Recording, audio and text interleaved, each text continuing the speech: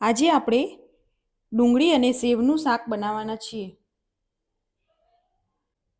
આજે આપણે બનાવવાના છીએ સેવ ડુંગળીનું શાક.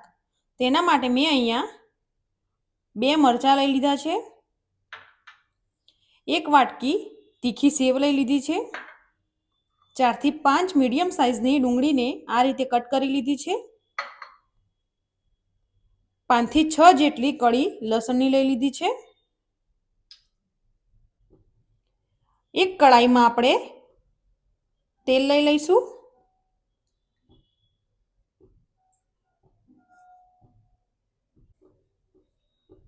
તેલ ગરમ થાય તે પછી આપણે જીરું એડ કરીશું. 1 ચપટી જેટલી હિંગ, ત્યાર પછી આપણે મરચાં એડ કરીશું.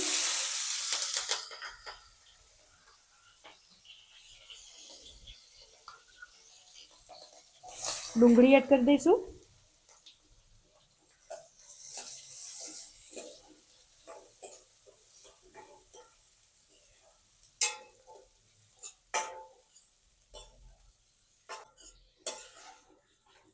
ડુંગળીને આપણે આ રીતે ડુંગળી છૂટી પડી જશે.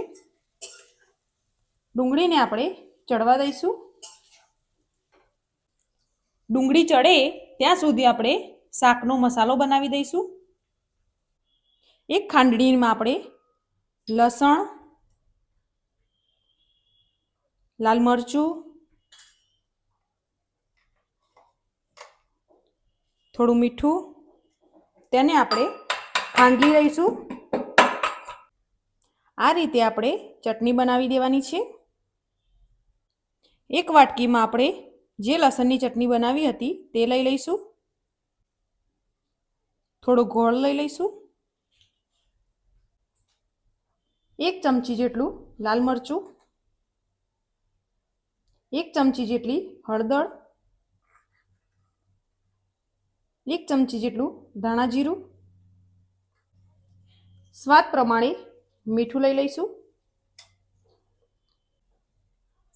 2 ચમચી જેટલું દહીં લઈ લેવાનું છે.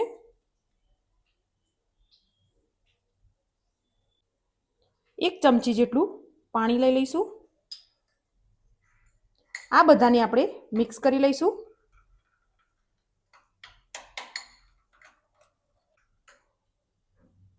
આ રીતે આપણે મિક્સ કરી લેવાનું છે.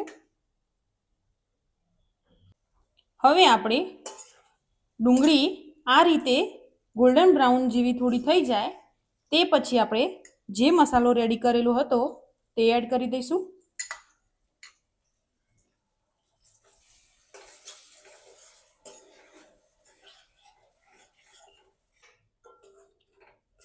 હવે આપણે મિક્સ કરી લઈશું.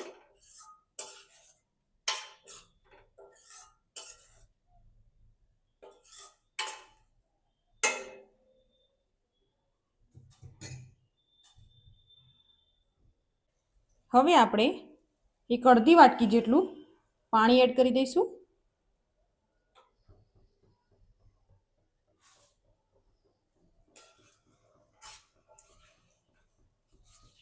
પાણીને આપણે થોડું ઉકળવા દેવાનું છે.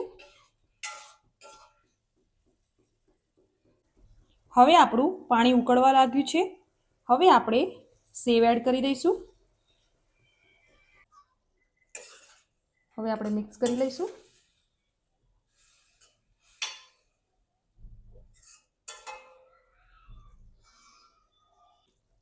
એક અડધી ચમચી જેટલો ગરમ મસાલો એડ કરી દઈશું.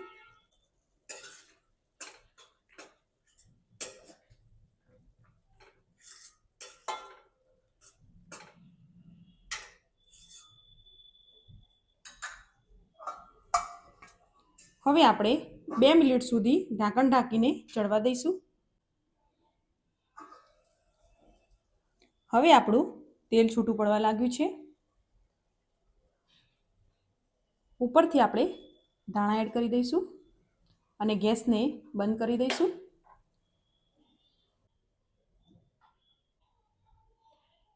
આપણું શાક રેડી થઈ ગયું છે.